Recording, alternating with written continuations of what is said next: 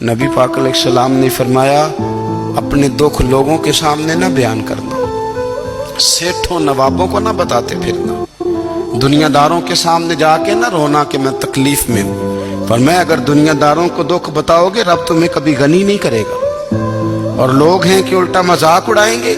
آپ کی جس سے بڑی پکی یاری ہے نا، پکی، وہ تب تک پکی ہے جب تک آپ نے 50,000 مانگا نہیں، اور جس وقت آپ نے کہہ دیا کہ میں مجبور ہوں میری مدد کر، تو پھر ختم ہو گئی دوستی۔ لوگوں کے تعلقات آپ کے ساتھ تب تک ہیں جب تک آپ ان سے کوئی ضرورت وابستہ نہیں کرتے۔ کریم ابو فرمانے لگے بندوں کے سامنے دکھ نہ بیان کرنا، اللہ تجھے کبھی غنی نہیں کرے گا۔ تو اپنے دکھ اپنے رب کو بتا، تو دعائیں مانگ، تو اس کی بارگاہ میں حاضر ہو، تو اس کے حضور عرض کر۔